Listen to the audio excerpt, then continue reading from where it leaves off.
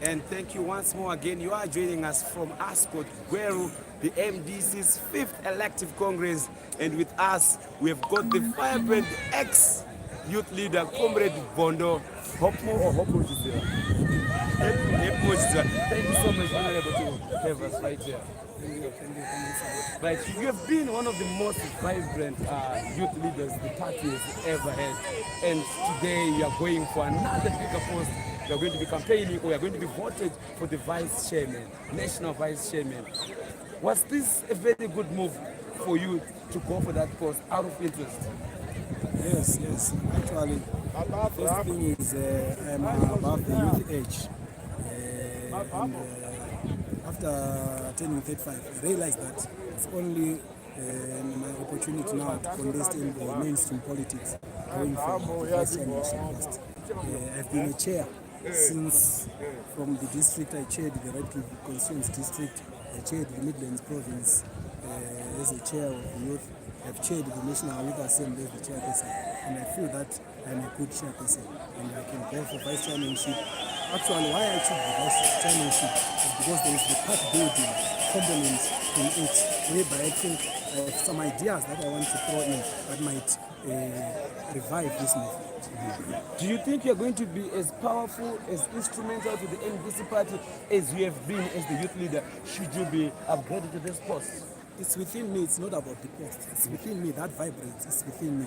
And actually, we are going to work very hard to make sure that that vibrance now is not only about the youth assembly, but about the whole party. As we go towards any election, this movement must be vibrant enough to shake the corridors of power, to make sure that Advocate Wilson Chamisa gets into the State House.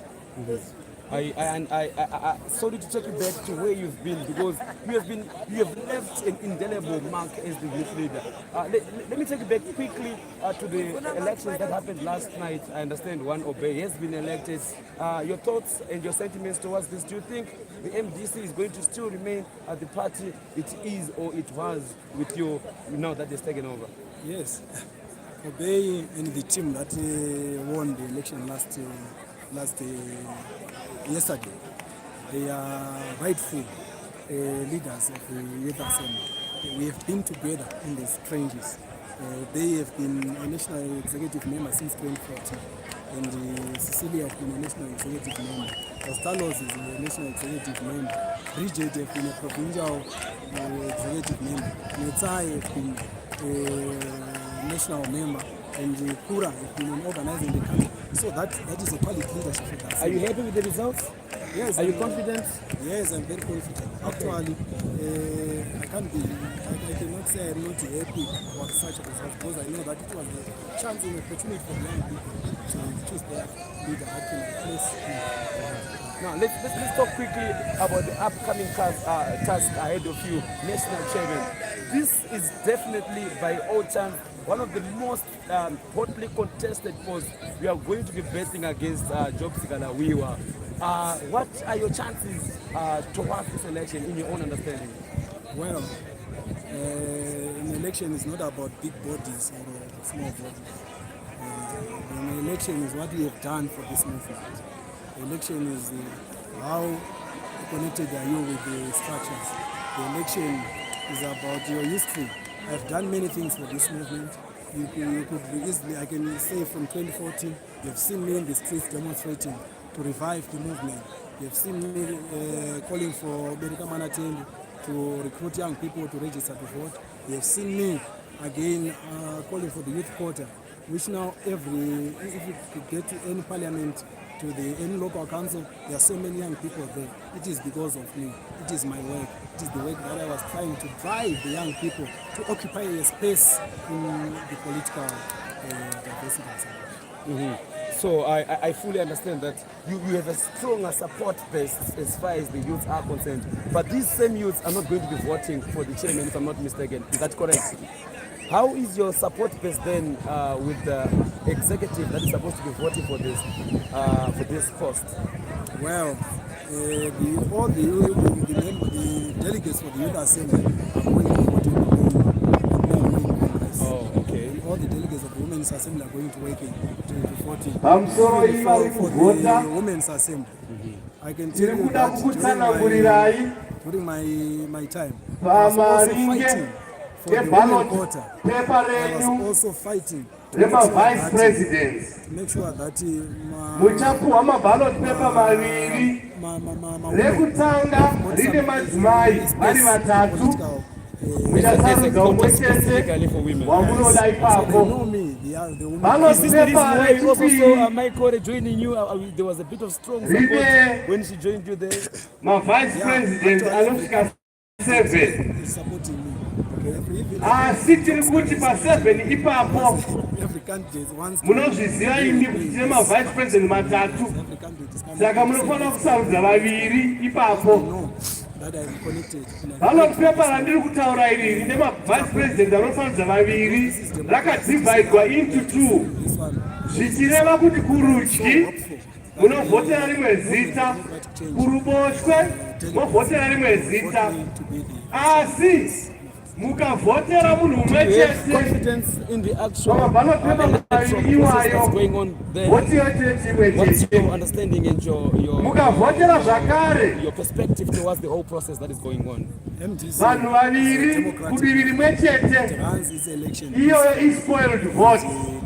So ndinokumbirisa pamunopuwa maballot papers emavice president nyatsotarisisai moti mumwe chete wamunoda kurudyi, mumwe chete wamunoda wechipiri wacho kuruboshwe, asi ari mazita akasiyana. What should we look out for from the MDC after this election?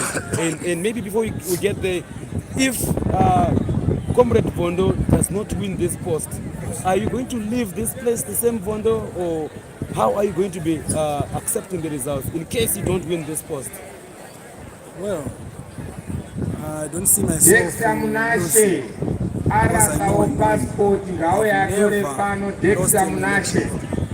my lifetime. So how will this make you feel if for whatever reason you lose? I know that people are just saying I must take another post that is not the same. But I know that I will be executive, and it will not change me. It will not change my vibrance. It will not change my efforts and my energies. So you are willing to serve within another capacity, which is not this capacity, should you not get this post? Yes, I can. Yes, I can. I can serve anyway. But it's only that right now the people nominated me to be the vice chairman, and I have to give them that fighting chance. Should you be the vice chairman, what should Zimbabweans expect from you as the leader of this party? Well, the first thing is they must see the people getting into the streets now.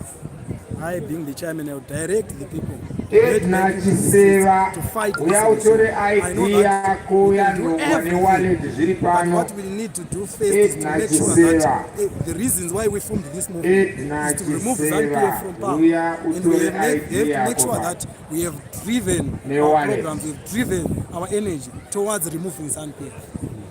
All right, thank you so much. That's the youth leader, Vondo, who's going to be gunning for the top post, the national vice chairperson, which is another top post that's going to be having there. Thank you so much for taking your time to join us live here. Thank you so much for having us.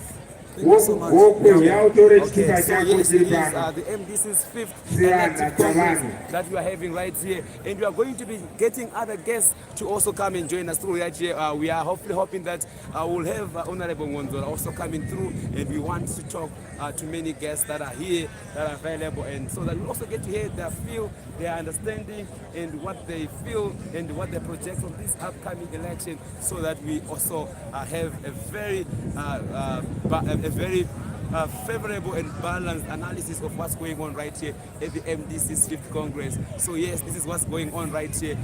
We are going to be having Honorable Mwonzora joining us in the next few minutes. He's coming through to join us live right here. So yes, there's so much excitement and expectation as far as what is going on right here at the MDC 5th Elective Congress.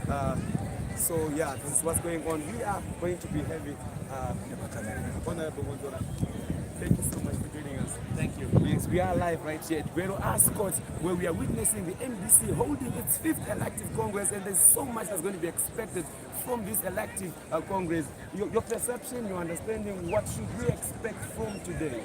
Well, you must expect a leadership that Tandonjera from legitimacy that people South, then elect. Tandonjera from So I'm South. hopeful that We are the doing election my will go agent. on well. Tandonjera. And whatever leadership emerges is the leadership that we must work with.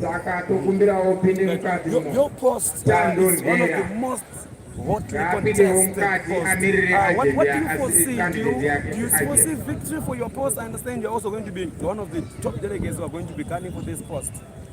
Well, I'm running for Secretary General of the party, and I've been Secretary General for 5 years.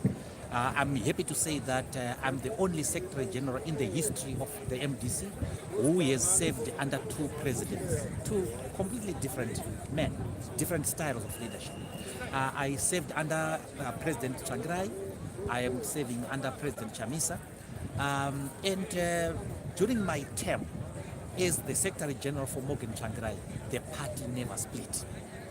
During my term as Secretary General under President Chamisa, after he was declared substitute president, the party has remained intact. So the crucial role that the Secretary General plays in making sure that the party is important. So I foresee that the people are likely to look at that. They are likely to look at that figure as well. They are likely to look at what I have achieved as a person, the constitution making, electoral reforms, and so on. So I do have tangible things that I have done for the party. Let's talk about should you be elected on this post. What should Zimbabweans expect from you? They must expect first efforts by my office, efforts by the party to reunite the party. The MDC has been reunited via the alliance, but we still have people who are outside the party. We need to get them back. We also need to make sure that those people who are affected by this Congress process are brought back into the structures of the party, so that nobody feels that they have been left out. We want an MDC that is all-inclusive. We want an MDC that will be focused towards winning 2023 or whatever year the election is brought. We do this by planning today, by making sure that we put everything in order, we make the necessary negotiations. I am going to push that we go for dialogue with the government. Our president has said that he wants dialogue with the President Mnangagwa and so on, provided the correct conditions are put in place. So we have to make so that the correct conditions for dialogue do exist. Which ones are these conditions that have to be put in place? The simple one is that it must be chaired or convened by an independent person, an independent mediator. And this is not without precedent in Zimbabwe. Remember the longest house negotiations, they were not chaired by Rhodesia Front or ZANU-PF. Remember again the 2008 GPA agreements, negotiations. These were not chaired by Robert Mugabe or Morgan Tsvangirai. They were chaired by South Africans and SADC. So we are just talking about the same. Let's do the same. We don't understand why President Mnangagwa would want something different. The biggest question is, what should Zimbabweans expect? Should we have these two political parties sit down in dialogue? Obviously, we've got clear wants and outcomes from this so-called sit down and talks. Are we not talking about talks of talks where we know that it's going to be an impossible outcome? What is the MDC expecting? Should these talks be victorious? What are you looking out to get from this table? It is not what the MDC will get. It is what the people of Zimbabwe will get. We want these talks to yield tangible social, political, and economic reforms. Through these reforms, our people do benefit. In the economic sphere, access to national resources like land, mines for small-scale artisanal miners, and inputs for agriculture people. This access must be apolitical. So we want that to be done. We also need to sort our politics our toxic politics. We want to replace the politics of hate by the politics of rational disputation. We also want on the electoral reform sphere, we want electoral reforms. The diaspora people must vote. And we are going to make sure. Let me just get you back to the question of the diaspora vote. Honorable Mwonzora, this is the third time MDC has come into an election, and this has been a sticking point. What is wrong with the party? What is wrong with the parliamentarians?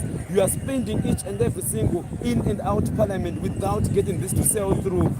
Are you not failing the people, especially the diasporans, by not correcting this? Because you have gone in and out of elections, and this has always been an issue to talk about. Why are we always talking about this diaspora vote?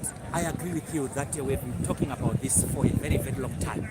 I respectively disagree that this is an MDC issue. It is everybody's issue. It is MDC. But you are the parliamentarians. This law are done in parliament, and people, they voted you to change these laws. So as the parliamentarians, are you not failing the people to have the diaspora vote? No. Unfortunately, as you know, we do not control parliament as things stand. So our motion without the cooperation of delegates will not succeed. So we know that. We have of course, diaspora vote. It's one of the issues that we have been vice president getting via the normal parliamentary route. Tinema ballot paper maviri Honorable Mwonzora, let me take you back to the first time the MDC ever got into power. I'm sure it was around 2000, election. MDC had the majority. MDC had an opportunity. Did not MDC waste this opportunity? And you were actually in power during the GNU, and you had a larger majority representation in the parliament. What did you do about this sticking point of making sure that the millions who are outside Zimbabwe, who are bringing in foreign currency, they also have the right to vote? What did you do then? While MDC had the parliamentary majority, it did not control the executive. The executive was still controlled by Robert Mugabe, who was the executive president. Did you see this bill sailing through? And he was a person. He was a person who will have the final say. Yes. In the ascension of the bill. So we still had to go back to negotiations, other than using a simple parliamentary. Yeah, but did that process go through? Did you see it sailing through, at least in parliament? Then we wait for the president to assent it into a bill. Was that process ever done? What you actually saw was something actually better. You saw a constitution that allowed the diaspora vote. And I was working on that fortunately, and I still remember that.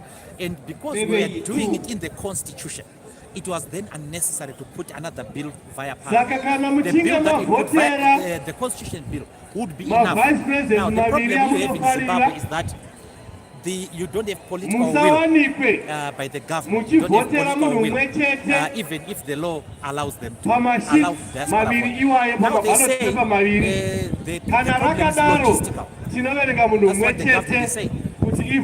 But by law, shouldn't the law precede logistical issues?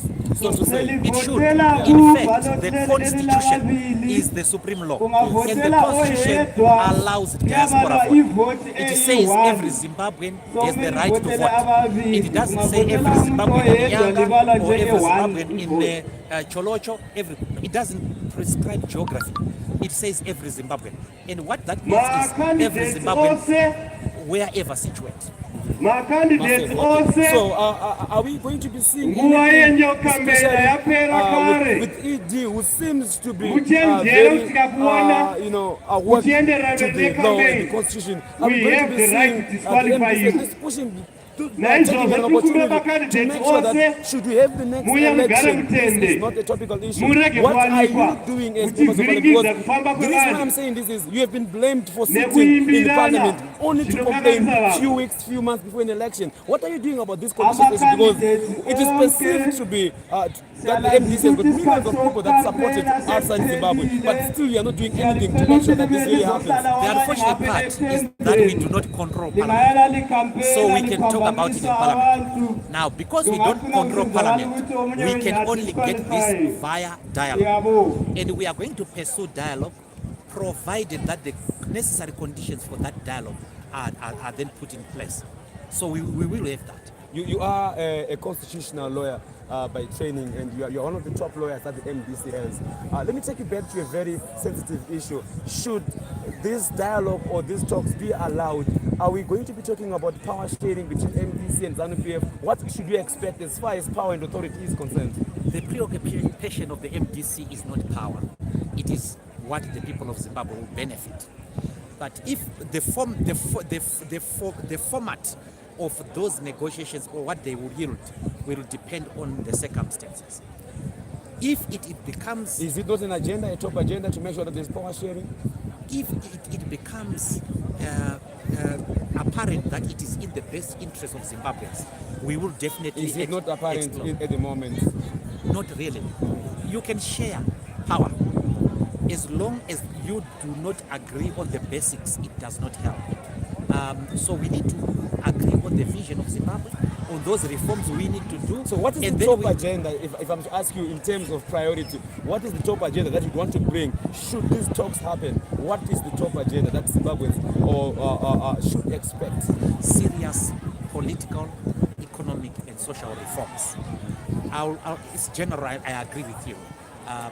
It's serious political and social and economic reforms. We want these because they are a key to everything. So we will be pushing the reform agenda as the MDC. Under the political banner, we will be dealing with the issue of legitimacy.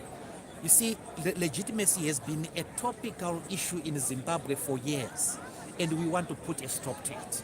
So we will deal with that. Do you think you're going to be able to correct the legitimacy issue via the dialogue? Because one of the parties is also a contested issue as far as this legitimacy issue is concerned. If we can't win it on this, in respect of this presidency, we can certainly win it for the future. So it's a long-term issue, both a short-term and a long-term issue. If we can't get it short-term, we can get it long-term.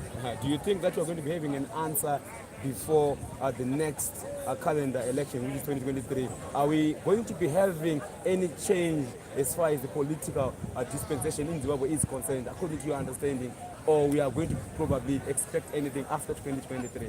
Well, according to the law, it is after 2023. But you know, many things happen in Zimbabwe. Nobody knew even as late as the 18th of November that we were going to have a change in government. So things do happen. People resign and so on, and people can have a vote of no confidence in the government.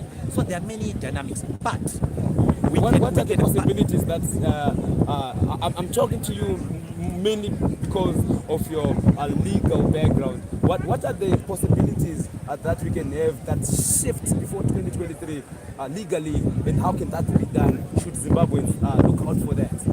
Well, I think the first one, the legal issue, is dialogue. And if dialogue then produces a government structure, that's a change, and it's a painless change. But Zimbabwe is not beyond a revolution. The way the economy is moving, the way the social situation is, the political situation, conditions are ripe for a revolution. Whoever will lead it, I have absolutely no idea. But it is foreseeable that there could be one. There could be resignations by people who say, who act like Theresa May. I failed this country and I'm going to step down. David Cameron, we hope we can... The Constitution clearly says if the incumbent president resigns, only the deputy president of his party comes in. I don't think this is an outcome that Zimbabweans are excited, and I don't think this is the agenda of the MDC to see the president resign so the deputy president comes in. The Constitution is very clear that only the deputy president of that party which is ruling can take over. Are we looking forward to this as well? No. The Constitution talks about the deputy president taking over for a period of time, pending the appointment of a replacement president. Not to finish off his term? No.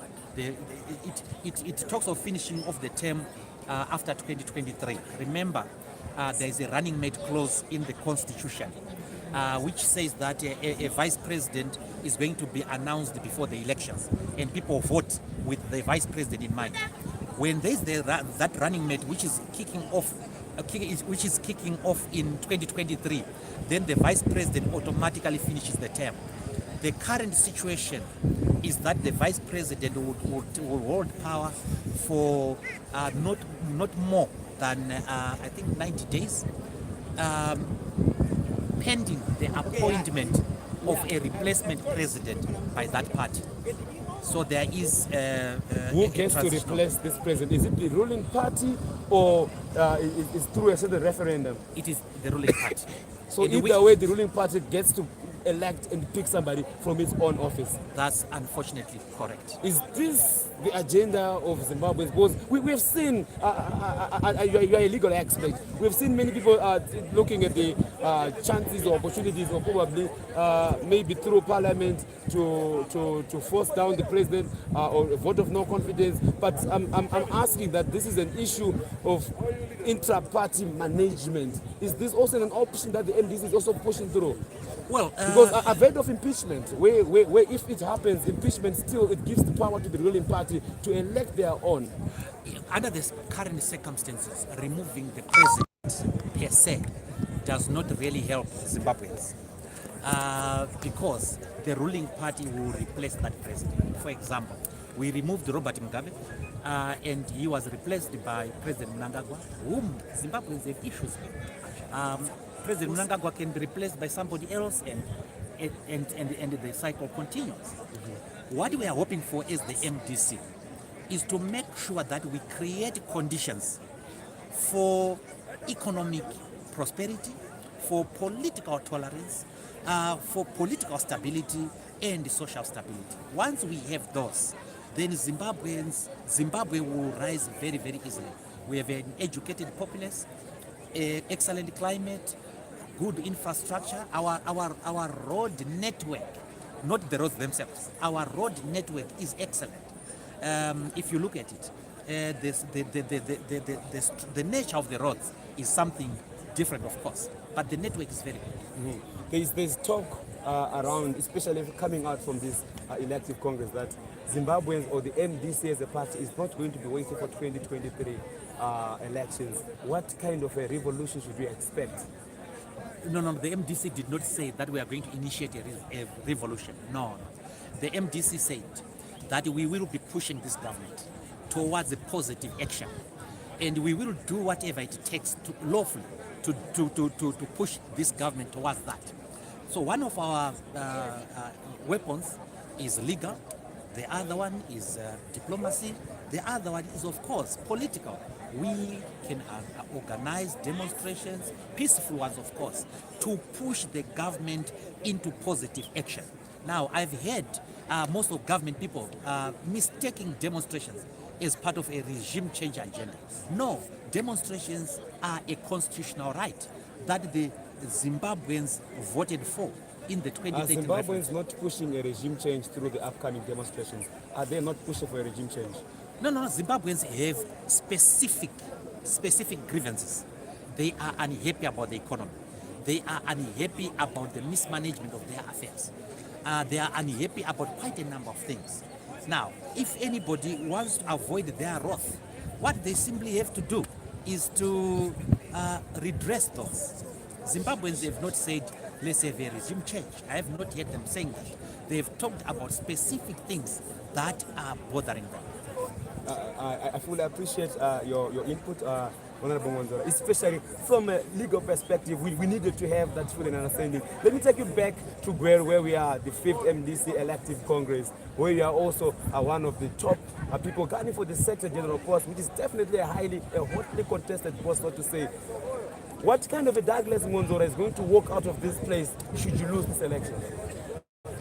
Should I lose this election fairly and squarely, I will congratulate the winner. I will leave this place happy that a fair process has been done, and that my people, the members of my party, my comrades, have found it fit to substitute me with somebody else. And that should not be a big problem. I will live to fight another day. I will live to fight next time. Of course, if the process becomes unfair, then you will see an unhappy judge. You've been witnessing the process so far since it started. Are you happy with the process before the results are announced? Well, are they? I would rather not say, I would rather not say because this will be unfair, to other people. But of course, there are certain things that I'm not happy with. But on the overall, I think things look orderly and so on. And I think today was a much better improvement from yesterday. And I'm just hoping that everybody, the people in charge will put everything under control and have a smooth process. But I think that it's reasonably okay. Should the results come out? Sorry to ask this question differently, but it's almost should the results come